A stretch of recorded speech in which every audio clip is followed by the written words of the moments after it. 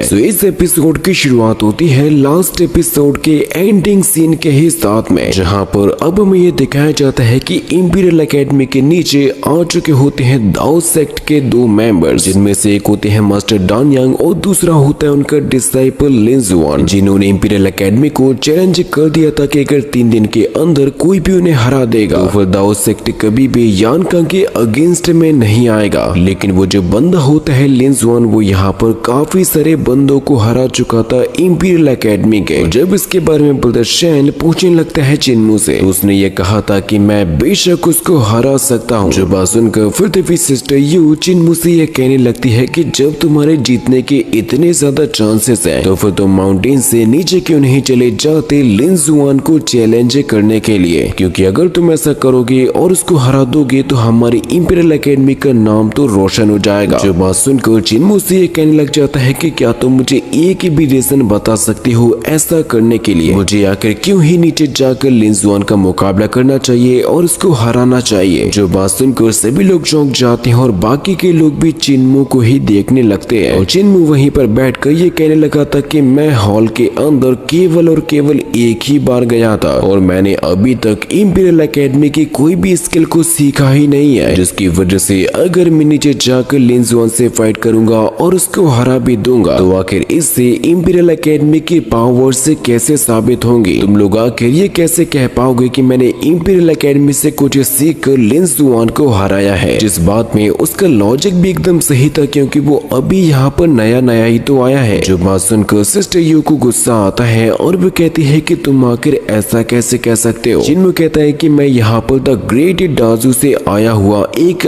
Outcast हूँ तुम लोगों की नजर में, और तुम सभी के सभी तो मुझे यहाँ से एक आउटकास्ट होने की वजह से निकालना चाहते थे, भगाना चाहते थे। यहाँ तक कि तुम में से कुछ लोग तो ऐसे हैं जो कि मुझे जान से भी मारना चाहते हैं। फिर आकर तुम लोग ऐसा क्यों ही चाहते हो कि मैं इंपीरियल एकेडमी के लिए खड़ा हो जाऊं और उसके लिए लड़ूं। मैं इतना तो बेवकूफ नहीं हूँ और मैं ऐसा करूंगा भी नहीं। या फिर मुझे इसका मतलब ये समझना चाहिए कि तुम्हारी इंपीरियल एकेडमी के अंदर एक भी जीनियस ऐसा नहीं है जो कि लिन जुआन डाओ का मुकाबला कर सके या उसकी बराबरी भी कर सके। जो बातें सुनकर भले ही इन लोगों को गुस्सा आ रहा था, लेकिन उसकी बातों में 100% सच्चाई भी थी। और यही बात यहीं पर खड़े हुए सेकंड प्रिंस भी सुन रहे थे, जो कि अब अपने कदमों को आगे बढ़ाने लगते हैं, जिसे चिन्मू देखकर सोचता है कि अब ये बंदा क्या करने वाला है। जिससे तभी 7th प्रिंसेस भी ये कहने लगती है कि बिग ब्रदर अब आप क्या करना चाहते हो। जो बात सुनकर सेकंड प्रिंस तभी कहने लग जाता है कि सिस्टर, मैं भले ही यान कांग के अंदर एक 5th रैंक का कैवेलरी जनरल हूँ, लेकिन मैं उसी के साथ साथ इंपीरियल एकेडमी का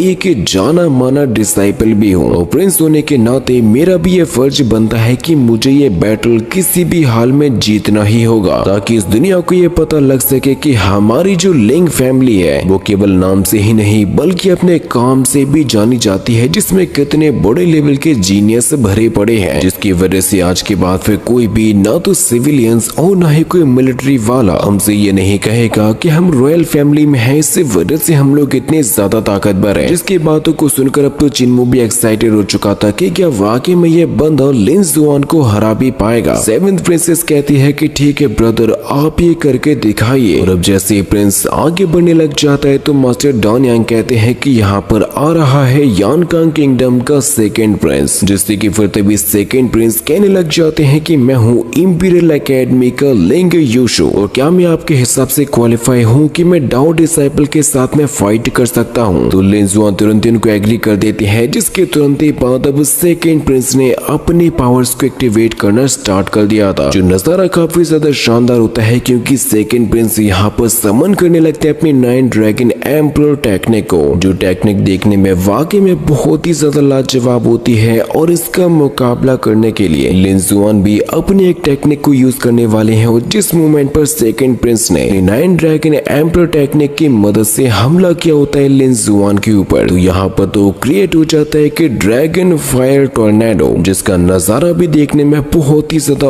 औसम लग रहा था। जो नजारा देखकर चिन्मू तभी प्रिंसेस से कहने लगता है कि मानना पड़ेगा तुम्हारी इंपीरियल फैमिली के जो टेक्निक है वो काफी इम्प्रेसिव है, लेकिन ये तो वक्त ही बताएगा कि ये कितने समय तक टिक पाएगा। जो बातें सुनकर तभी फिर 7th प्रिंसेस भी ये कहने लगती है कि आखिर ऐसा हो भी क्यों ना, मेरा 2nd ब्रदर यान कांग यांग आर्मी में एक 5th रैंक का ऑफिसर है और उसने ये सब कुछ अचीव किया है अपने दम पर। जिस मोमेंट पर अब जैसे ही सेकंड प्रिंस अपने पावर्स का यूज करने लगते हैं तो उनके ड्रैगन के अंदर में एनर्जी से भरी हुई हजारों स्वॉर्ड्स दिखाई जाती हैं जो कि उस बंदे से टकराने के लिए जा रही थी। और ये नजारा भी देखने में बहुत ही ज्यादा औसम लग रहा था क्योंकि अब ये सेकंड प्रिंस के ड्रैगन पहुंचने वाले होते हैं लिन जुआन के पास में उसको इंजर्ड करने के लिए। और ये इतनी ज्यादा खतरनाक टेक्निक उसके सामने होते हुए भी लिन जुआन जरा सा भी पीछे नहीं हटता, बल्कि वो तो अपने ही कदम को आगे बढ़ाते हुए अपने के डिफेंस टेक्निक का यूज करने लगता है। जिस नजारे को चिन्मू अपने डिवाइन आइज टेक्निक की मदद से देख रहा था, इसी वजह से वो तभी कहने लगता है प्रिंसेस से कि माफ करना प्रिंसेस, लेकिन तुम्हारा जो सेकंड ब्रदर है अब वो हारने वाला है। और वाकई में यहाँ पर होता भी कुछ ऐसा ही है क्योंकि लिन जुआन ने जिस मोमेंट पर अपनी टेक्निक का यूज किया था तो वो सेकंड प्रिंस की 9 ड्रैगन टेक्निक को एक ही झटके के साथ में पूरी तरीके से शैटर कर चुका था, जिसकी वजह से सेकंड प्रिंस को भी ये पता लग जाता है कि वो इस बंदे को हरा नहीं पाएगा। ये दोनों ही अपनी अपनी टेक्निक को यूज करने के बाद अब एक दूसरे के सामने खड़े हो जाते हैं और सेकंड प्रिंस तभी उस दाओ डिसाइपल से कहने लगते हैं कि तुम्हारे दाओ सेक्ट की जो इनेट सुप्रीम प्रोफाउंड टेक्निक है वो वाकई में इतनी ज्यादा मिस्टीरियस है कि मैं तो उसकी ताकत को समझ भी नहीं पाया था। इसी वजह से सेकंड प्रिंस उससे ये कह देता है कि हाँ मैं इस फाइट को हार चुका हूँ। और इस फाइट को हारने के बाद सेकंड प्रिंस अब वापस भी लौटने लगते हैं, जिसके बारे में बदरशैन ये सोच रहा होता है कि सेकंड प्रिंस के पास में रिसोर्सेज की तो कोई कमी भी नहीं थी, बल्कि उनके पास में तो हाईएस्ट लेवल वाले रिसोर्सेज मौजूद थे, जिसकी वजह से उनका जो कल्टीवेशन है और जो टेक्निक्स है वो भी एकदम सुप्रीम लेवल पर थे। लेकिन फिर भी वो इतने केपेबल नहीं निकले कि वो उस दाओ डिसाइपल को अपने हाथों से हरा सके, जो चीज काफी ज्यादा निराशाजनक होती है। और बदरशैन ये सोच रहा था कि उसे ना तो इस वॉर टेक्निक हरा पाई है, ना ही पोपल टेक्निक, ना ही एलिमेंट टेक्निक और ना ही मार्शल आर्ट, यानी कि इतनी सारी चीजों को यूज करने के बाद अभी तक किसी को भी उस दाओ डिसाइपल के अंदर कोई भी फ्लॉ नजर आया ही नहीं था। इसी वजह से उसके मन में यह सवाल होता है कि आखिर अब ऐसा कौन है जो कि इस बंदे को हरा पाएगा। चिन्मू वैसे उसके लिए केपेबल है लेकिन वो जाना नहीं चाहता, उसको हराना नहीं चाहता। वो ये सवाल तो अब चिन्मू के मन में भी चलने लगा था कि क्या सच में वो ऐसा कर भी पाएगा। और इन्हीं सारी चीजों के बारे में अब चर्चाएं चलने लगती है मास्टर्स के बीच में। एक मास्टर हेवनली बुक टावर के मास्टर से ये कह रहे होते हैं कि आखिर तुम क्या कर रहे हो, तुम्हारे टावर के अंदर एक से बढ़कर एक टेक्निक भरी पड़ी है, लेकिन अभी तक किसी भी डिसाइपल ने उस दाओ सेक्ट के डिसाइपल को क्यों नहीं हराया? क्या तुम्हारी टेक्निक उतनी पावरफुल नहीं है? जिस मोमेंट पर तभी एक और छोटा सा बच्चा पहुंचने वाला था एक और नई खबर को लेकर, और अंदर मास्टर्स के बीच में जो बातें चल रही थी उसकी वजह से यहाँ का माहौल तो पूरी तरीके से गर्मा चुका था। एक मास्टर तो ये कहने लग जाते हैं कि क्या तुम अपने डिसाइपल्स को केवल गाना बजाना और डांस करना ही सिखाते हो? अगर तुमने अच्छे तरीके से उनको टेक्निक के बारे में पढ़ाया होता, सिखाया होता तो ऐसा दिन नहीं देखना पड़ता। जिस मोमेंट पर तभी एक और बच्चा एंटर कर जाता है नई खबर को देने के लिए, और वो जैसे ये खबर देता है कि उनका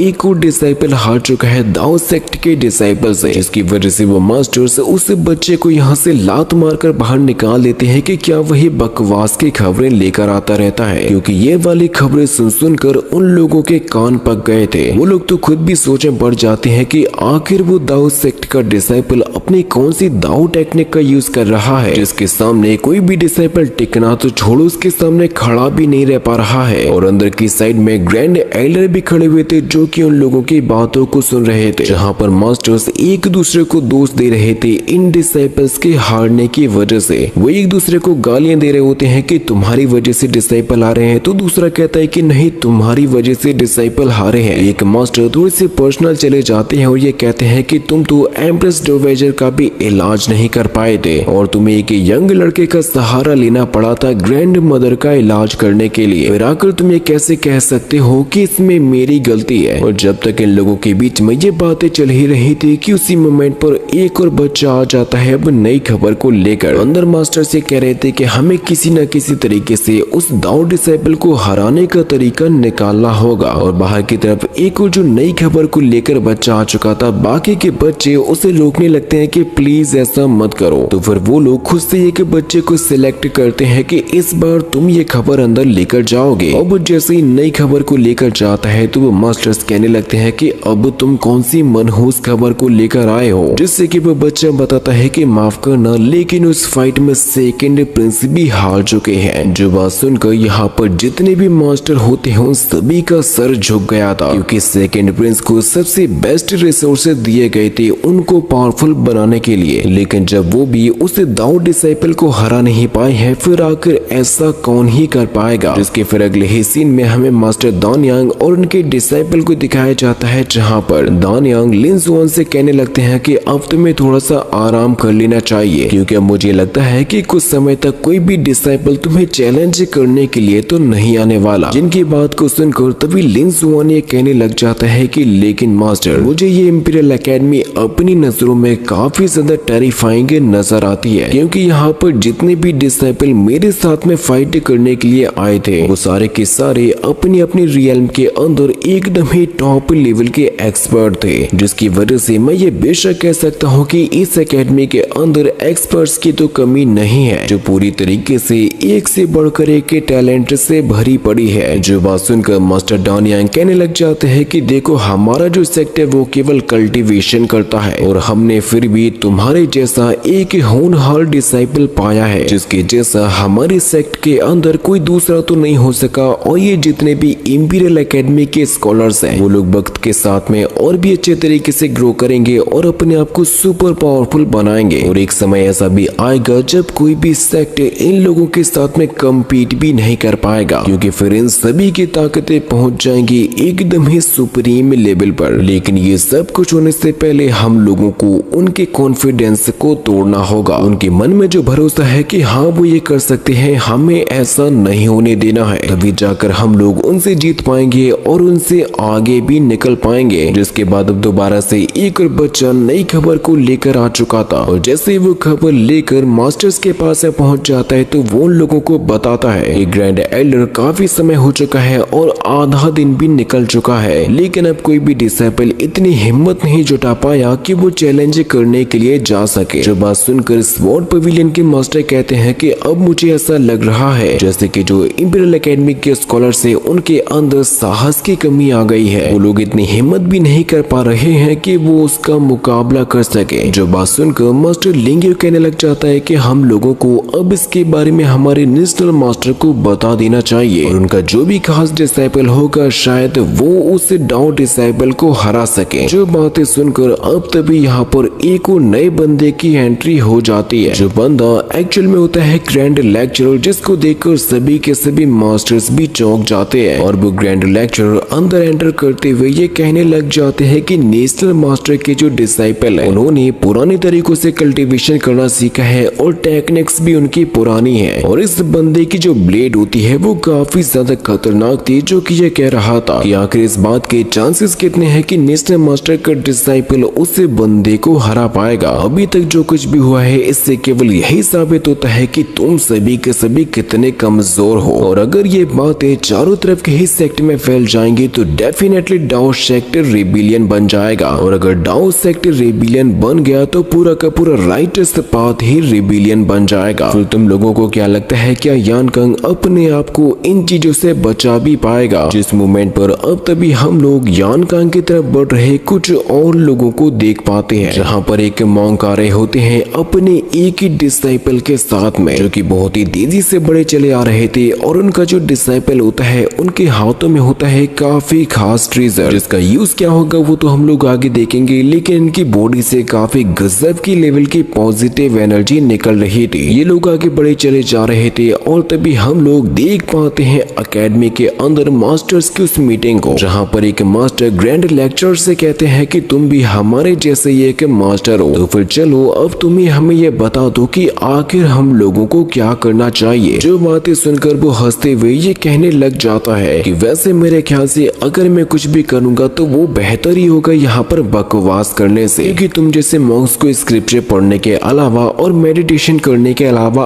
आता ही क्या है। अगर तुम लोग पहले से ही हेवनली बुक टावर के अंदर दाओ टेक्निक और डिवाइन एबिलिटीज को सीख चुके होते तो अभी तक तुम लोग उस बंदे की सुप्रीम प्रोफाउंड टेक्निक को काउंटर करने वाली टेक्निक को निकाल चुके होते, जिससे ये साबित होता है कि हाँ तुम लोग ही कामचोर हो और ठीक तरीके से सिखाते नहीं हो। जिस मोमेंट पर अतवी ग्रैंड एल्डर ये कहने लग जाते हैं कि हमें यहाँ पर नेशनल मास्टर को बुलाना होगा, जो बात सुनकर सभी मास्टर चौंक जाते हैं और तभी ग्रैंड एल्डर ये कहने लगते हैं कि हमारे नेशनल मास्टर ने काफी लंबे समय से इंपीरियल एकेडमी के अंदर कोई भी लेक्चर नहीं दिया। जिनका जवाब देते हुए ग्रैंड लेक्चर कहते हैं कि यानी कि आप नेशनल मास्टर को यहाँ पर हमारे स्कॉलर्स को कोई वर्ड टेक्निक और डिवाइन एबिलिटी सिखाने के बारे में बोल रहे हो, ताकि कोई नई टेक्निक सीखने की वजह से हमारे जो डिसाइपल है वो दाओ सेक्ट के दाओ डिसाइपल को हरा सके। तो ग्रैंड एल्डर कहते हैं कि हाँ तुम सही सोच रहे हो, क्योंकि मैं यही चाहता हूँ। जो बात सुनकर वो ग्रैंड लेक्चर कहता है कि क्या आपका दिमाग ठीक है, क्योंकि हमारे पास में केवल 3 दिनों का समय है और आखिर कोई भी मास्टर, फिर चाहे वो नेशनल मास्टर ही क्यों ना हो, किसी स्कॉलर को 3 दिनों के अंदर ऐसा क्या ही सिखा देंगे जिससे कि वो दाओ डिसाइपल को हरा सकने में सक्षम हो। वो पूछता है ग्रैंड एल्डर से कि क्या तुम्हें सच में इस पर यकीन भी है कि ऐसा हो पाएगा, जिससे कि ग्रैंड एल्डर जवाब देते हैं कि हाँ बिल्कुल ऐसा हो सकता है। और देखो सबसे बड़ी बात तो यह है कि तुम लोगों में से किसी को भी नेशनल मास्टर की एबिलिटीज पर शक नहीं करना चाहिए, क्योंकि वो अकेला बंदा इतना ज्यादा केपेबल है जितना कि तुम सभी को मिला करके भी नहीं हो। तुम लोग आखिर ये बात कैसे भूल सकते हो कि गॉड्स के बाद उसी का ही नंबर आता है पावर्स के मामले में, जिस बात का जवाब अब किसी के पास में भी नहीं होता। और फिर तभी नेशनल मास्टर को बुलाने के लिए घंटा बजा दिया जाता है, जिसकी आवाज खुद नेशनल मास्टर तक भी पहुंच चुकी थी, जो कि यहाँ पर लिटिल पॉइजन किंग के साथ में होते हैं। और तभी वो उसको अपना एक खंजर देते हुए उससे ये कहते हैं कि अब समय आ चुका है कि तुम मेरी बॉडी के ऊपर कुछ नए जख्मों को बना दो। और वो little poison king national master से कहता है कि आपको इस बात पर क्या पूरा यकीन है इंपीरियल एकेडमी के भी अंदर कोई रिबिलियन छुपे बैठे हैं, जिनको ढूंढ निकालने के लिए आप और भी कुछ एक्सपर्ट को लेकर क्यों नहीं आ जाते, और आप जो ये अपनी बॉडी के ऊपर जख्म देते रहते हो वो आपके ही डिसाइपल्स के हौसले को कमजोर कर देंगे। और हाँ वैसे आपकी बातों में भी सच्चाई हो सकती है, क्योंकि ये जो इंपीरियल एकेडमी है वो बहुत ही ज्यादा बड़ी है, जिसके अंदर कुछ छुपे हुए रिबिलियंस का होना इस बात में भी सच्चाई हो सकती है। अब वो आखिर कौन है ये तो हम लोग ढूंढ कर ही निकालेंगे। नेशनल मास्टर कहते हैं कि इस कैपिटल के अंदर आखिर ऐसा कौन ही होगा जो कि मुझे मारना चाहता होगा, इसीलिए अब तुम भी मेरे साथ में चलोगे, जहाँ पर तुम्हारी मुलाकात तुम्हारे जूनियर ब्रदर के साथ में भी हो जाएगी। यानी कि वो बात कर रहे होते हैं चिन्मो के बारे में, जहाँ पर वो खुद से ही नेशनल मास्टर की बॉडी के ऊपर जख्म देता है और उनको पट्टी भी करता है, जिसका रीजन अभी तक किसी को भी समझ में नहीं आया था कि आखिर नेशनल मास्टर ऐसा करते क्यों है। और ये लिटिल पॉइजन किंग अपनी एक पुरानी याद को अपने हाथों में लेकर उसको देख रहा था, जिसके फिर अगले ही सीन में हमें एक मास्क को लगाए हुए बंदे को देख पाते हैं पर्दों के पीछे, जो कि ये कह रहा था कि आज से 200 साल पहले यानकांग किंगडम का नेशनल मास्टर अपनी एक जर्नी पर निकला था इस पूरी दुनिया में, ताकि वो वहाँ से सबसे बेस्ट मार्शल आर्ट्स को निकाल सके। और इस मिशन को पूरा करते करते नेशनल मास्टर को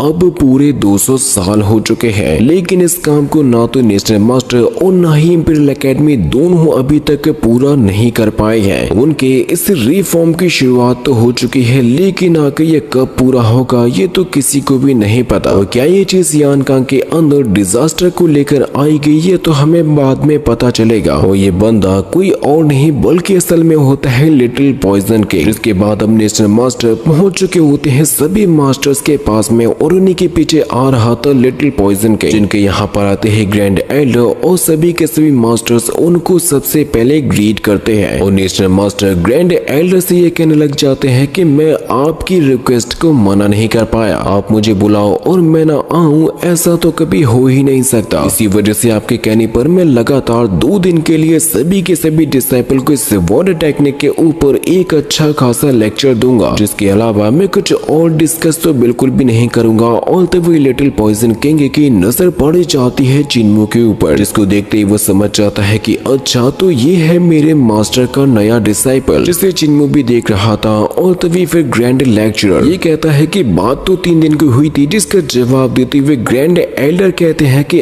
आधा दिन तो निकल ही चुका है और अगर ये लेक्चर भी लगातार 3 दिनों तक चलेगा तो उसे हराने के लिए जो समय दिया गया था वो तो पहले ही खत्म हो जाएगा। जिसके बाद फिर नेशनल मास्टर से हॉल के अंदर जाने के लिए कहा जाता है जहाँ पर वो चले भी जाते हैं। लेकिन जैसे ही नेशनल मास्टर आगे बढ़ रही थी तो उनको देखकर चिन्मो ये कहने लगता है कि मुझे नेशनल मास्टर का जो चेहरा है वो काफी अजीब सा लग रहा है, पता नहीं क्यों लेकिन मुझे ऐसा लग रहा है जैसे कि वो बीमार नहीं हो बल्कि बीमार होने का नाटक कर रहे हो और उनका चेहरा भी एकदम रियलिस्टिक सा तो लग ही नहीं रहा था और साथ ही साथ उनकी बॉडी से एकदम नए और ताजे खून की भी सेंट आ रही थी, जिसका मतलब सीधा सीधा ये है कि उनको हाल ही में घाव दिया गया हो। जो सारी की सारी बातें चिन्मो के मन में चल रही थी और वो ये सोच रहा था कि इतने दिन हो चुके हैं लेकिन क्या फिर भी अभी तक नेशनल मास्टर की इंजरीज हील नहीं हुई, जो कि ये अपने आप को कमजोर बताती है। कहीं ऐसा तो नहीं है कि एक्चुअल में नेशनल मास्टर अपनी बीमारी का नाटक कर रहे हो, अपने आप को इंजर्ड दिखाने का नाटक कर रहे हो। चिन्मो के ऊपर वहीं से ही नजर रखे हुए जा रहा था लिटिल पॉइजन किंग, जिसके बाद फाइनली नेशनल मास्टर पहुंच चुके होते हैं हॉल के अंदर और यहाँ पर नीचे होते हैं सारे स्कॉलर्स, जो कि अब तभी अपने सारे के सारे स्कॉलर्स से एक सवाल पूछते हैं कि मुझे बताओ कि एक स्वॉर्ड क्या होती है। कुछ लोग ये कहते हैं कि एक स्वॉर्ड के अंदर हजारों टेक्निक्स भरी हुई होती है और कुछ लोग इसके बारे में ये भी कहते हैं कि इसमें केवल और केवल 14 मूव्स ही पाई जाती है। और नेशनल मास्टर यहाँ पर अपने एक स्वॉर्ड को भी लेकर आ चुके थे। नेशनल मास्टर ये कहते हैं कि तुम लोगों ने ये जो भी सुना है वो सब कुछ बकवास है। नेशनल मास्टर कहते हैं कि अगर इस वाटर टेक्निक फिक्स होती और ये फिक्स होता कि उनके केवल इतने ही मूव्स को यूज कर सकते हैं, वैसा होने की वजह से ना तो दाओ सेक्ट एग्जिस्ट करता और ना ही उनकी टेक्निक एग्जिस्ट करती। जो बात सुनकर चिन्मो ये सोचने लगता है कि क्या वाकई में 14 से भी ज्यादा मूव्स होती है, जिसका मतलब ये है कि नेशनल मास्टर के पास में और भी कुछ न्यू एबिलिटीज है टेक्निक्स को यूज करने के लिए। और अगर वो इस चीज को अच्छे तरीके से नहीं सीखेगा तो उसके अंदर इतने ज्यादा फ्लॉज निकल के आएंगे उस स्वॉर्ड मास्टर को बहुत ही जल्द और बहुत ही आसानी के साथ में हराया जा सकेगा। तभी फिर नेशनल मास्टर इन लोगों से कहने लगते हैं कि जो 14 स्वॉर्ड मूव्स होती हैं वो बेसिक होती है, यानी कि वो इस दुनिया में पाई जाने वाली हर एक स्वॉर्ड मूव का बेस है और उन्हीं की मदद से मैंने 3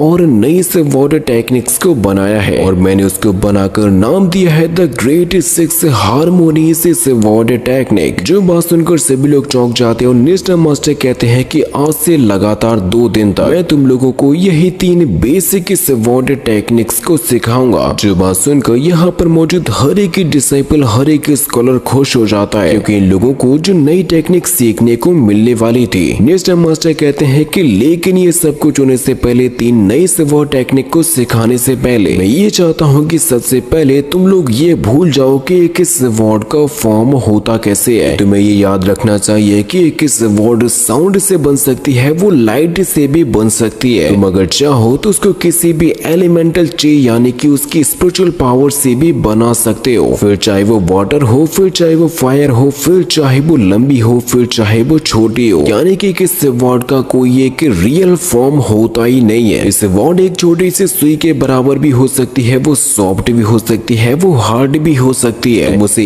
एक एंगल से अटैक कर सकते हो, तुम चाहो तो उसको 1000 एंगल से भी अटैक कर सकते हो। तुम 1000 अटैक को टारगेट करने के लिए एक स्वॉर्ड का इस्तेमाल कर सकते हो या फिर 1000 स्वॉर्ड का अटैक तुम एक टारगेट पर हिट करने के लिए भी कर सकते हो। और मैं तुम लोगों को ये सब कुछ इस वजह से सिखा रहा हूँ ताकि तुम लोग एक स्वॉर्ड की असली सच्चाई को जान सको, क्योंकि स्वॉर्ड केवल एक तरीके की नहीं होती और अगर तुम लोग ये चीज को सीख जाओगे तो मैं तुम लोगों को मेरी वाली स्वॉर्ड टेक्निक सिखाने के लिए तैयार हूँ। जो बातें सुनकर सभी के सभी लोग खुश हो जाते हैं और फिर तभी मास्टर अपने सभी स्कॉलर्स को सिखाने लग जाते हैं 15th वाली टेक्निक को, जो इस स्वॉर्ड टेक्निक देखने में भी बहुत ही ज्यादा कमाल की लग रही थी, क्योंकि इस टेक्निक को यूज करने की वजह से केवल एक स्वॉर्ड से हजारों की तादाद में स्पिरिचुअल स्वॉर्ड्स निकलने लगती हैं और उनकी एनर्जी भी बहुत ही ज्यादा थी। नेशनल मास्टर कहते हैं कि इसके अंदर बाउंडलेस और काउंटलेस स्वॉर्ड आ सकती है, जिसको एक्चुअली में कहा जाता है सर्कलिंग स्वॉर्ड टेक्निक। इसको केवल सिखाने से ही, अपने डिसाइपल को दिखाने से ही तबाही मच जाती है। यहाँ का जो नजारा होता है वो वाकई में बहुत ही ज्यादा डेंजरस हो चुका था। इसकी वजह से तो सभी डिसाइपल अपनी अपनी आंखों को बंद कर लेते हैं और जब वो अपनी आंखों को खोलते हैं तो तो सब कुछ एकदम नॉर्मल हो जाता है और चिन्मू ये कहने लगता है कि पिछली वाली जो स्वॉर्ड टेक्निक्स थी वो तो केवल छोटे मोटे अटैक ही थे, लेकिन नेशनल मास्टर ने ये जो सर्कलिंग स्वॉर्ड टेक्निक सिखाई है वाकई में ये बहुत ही ज्यादा कमाल की है और शायद ही इसका तोड़ किसी के पास में होगा, जिसके लिए डायरेक्टली हेवन और अर्थ की एनर्जी को मिला के इसको यूज किया जाता है। और चिन्मू की नजर में ये the great sex harmonious sword technique बन चुकी थी, इसे वो अपने तरीके से यूज करेगा और कहता है कि वाकई में ये बहुत ही गजब का आइडिया था। चिन्मू कहता है कि मैं समझ चुका हूँ कि आखिर इस बंदे को गॉड्स के बराबर का क्यों समझा जाता है। तभी फिर नेशनल मास्टर अपने सभी डिसाइपल से कहते हैं कि तुम लोग भी अपनी स्पिरिचुअल एनर्जी को इस स्वॉर्ड में बदल सकते हो। इस मोमेंट पर अब ये सारे के सारे डिसाइपल अपनी अपने स्वॉर्ड की मदद से उस टेक्निक का यूज करने लगते हैं और इन लोगों की भी स्वॉर्ड से निकलती हुई हम लोग काफी शानदार स्पिरिचुअल पावर से बनी हुई स्वॉर्ड को देख पाते हैं, जो देखने में तो कमाल की होती ही है, साथ ही साथ पावर से भी भरी हुई थी, जिसे प्रिंसेस चिन्यो और सभी के सभी डिसाइपल ही यूज कर रहे थे। जिन सभी को ये टेक्निक यूज करते हुए देख कर तभी वे योंग कहने लग जाता है कि सच में यार ये तो बहुत ही कमाल की टेक्निक है, इसकी वजह से मैं तो ठीक तरीके से इनकी स्वॉर्ड को भी देख नहीं पा रहा हूँ। जब सभी लोग इसको सीख ही रहे हैं तो चलो मुझे भी सबसे पहले इसके बारे में लिख लेना चाहिए। इसको वे योंग लिख रहा था और सबसे आगे खड़ा हुआ होता है चिन्मू, जिसे देखकर सेवेंथ प्रिंसेस ये कहने लग जाती है कि वैसे हर्डिंग बॉय क्या तुम ये यूज नहीं करने वाले हो या फिर तुमने इसको अभी तक सीखा ही नहीं है। लेकिन चिन्मू के मन में तो कुछ और ही चीज चल रही थी और वो ये कह रहा था कि मैंने तो अभी तक ये सीखा था कि अपनी स्पिरिचुअल पावर की मदद से किसी थ्रेड को बनाया जा सकता है, जिसकी मदद से हम अपने किसी भी रियल वाले वेपन का यूज कर सकते हैं। इसी वजह से अब चिन्मू तुरंत ही यहाँ पर एक्टिवेट करने लग जाता है अपनी स्पिरिचुअल पावर को, जिसको देखकर तो यहाँ पर मौजूद सभी के सभी लोग शॉक रह जाते हैं कि ये बंदा क्या कर रहा है, क्योंकि वो यहाँ पर किसी स्वॉर्ड का यूज ही नहीं कर रहा था। लेकिन चिन्मू की नजर में यह भी ठीक तरीके से काम नहीं करता, क्योंकि अगर वो इतनी ज्यादा मोटी साइज की स्वॉर्ड एनर्जी का यूज करेगा तो वो तो फ्लेक्सिबल होगी ही नहीं और उसको यूज करना भी उतना ही ज्यादा मुश्किल हो जाएगा। इसी वजह से तभी फिर वो अपने मन में ये सोचता है वैसे अगर मुझे इसको ठीक तरीके से यूज करना है तो मुझे डायरेक्टली सर्कलिंग स्वॉर्ड टेक्निक का यूज करना होगा ताकि मैं अपने स्पिरिचुअल पावर से बने हुए थ्रेड्स को भी ब्रेक डाउन कर सकूं, जिसकी वजह से अब वो दोबारा से अपनी स्पिरिचुअल एनर्जी की मदद से कुछ थ्रेड को बना लेता है। जैसे ऐसा करते हुए देखकर युनसियांग सोचती है कि ये लड़का आखिर करना क्या चाहता है, लेकिन चिन्मू अपनी लगातार ही एनर्जी का यूज करते हुए अपने थ्रेड को पतला करने की कोशिश कर रहा था, जिसके अंदर से वाकई में अब काफी पतले पतले स्पिरिचुअल थ्रेड भी बाहर निकलने लगते हैं। जो नजारा देखकर बुदरशन कहता है कि सच में इस लड़के की जो स्पिरिचुअल पावर है वो काफी अजीब है, भले ये देखने में एवरेज लगता है लेकिन ये है नहीं। और चिन्मू लगातार ही अपनी स्पिरिचुअल पावर को पतला और पतला ही करते जा रहा था और वो इसी नई टेक्निक का यूज करते हुए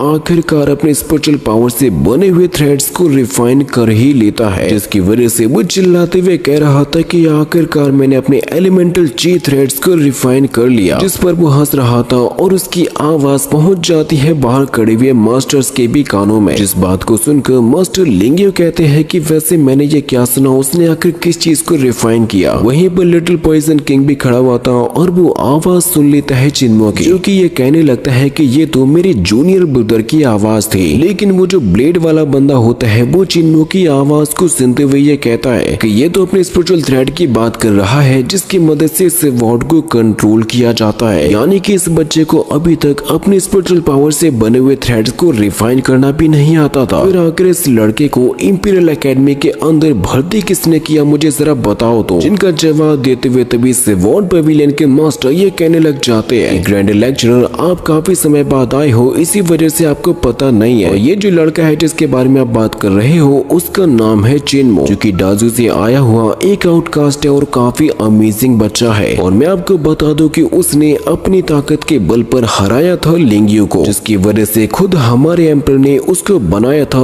इंपीरियल एकेडमी का नया स्टूडेंट। जो बात सुनकर ग्रैंड लेक्चरर काफी ज्यादा गुस्से में आ जाते हैं और कहने लगते हैं लिंगियो से कि यानी कि तुम एक बच्चे को भी नहीं हरा पाए, तुम्हें अपने आप पर शर्म आनी चाहिए। वो कहता है कि आखिर और एम्पर ने इसे एक्सेप्ट भी कैसे कर लिया और इंपीरियल स्टूडेंट बनाकर। जिन सारी की सारी बातों को वहीं पर खड़ा हुआ लिटिल पॉइजन किंग भी सुन रहा था, इसीलिए वो कहता है कि आखिर मेरे मास्टर ने इतने ज्यादा बेवकूफ बेवकूफ स्टूडेंट को चूज क्यों कर लिया जो इतनी छोटी छोटी बातों को भी नहीं जानता। फिर आकर उन्होंने इसके अंदर ऐसा क्या देखा होगा। तभी फिर हम लोग अगले ही सीन में चिन्मू को देख पाते हैं जो कि फनली रिफाइन कर चुका था अपने स्पिरिचुअल थ्रेड्स को, जिनको इकट्ठा करते हुए अब वो आखिरकार बना ही लेता है एक बहुत ही पतला और बहुत ही ज्यादा मजबूत स्पिरिचुअल थ्रेड जो कि पूरी तरीके से पावर से भरा हुआ था। और इसी की मदद से अब वो कमाल करके दिखाएगा, जो नजारा नेस्टर मास्टर भी अपनी आंखों से देख रहे थे और काफी ज्यादा इम्प्रेस हो जाते हैं चिन्मू से। जिसकी आगे की स्टोरी को देखने के लिए जल्दी से चैनल को सब्सक्राइब भी कर दो।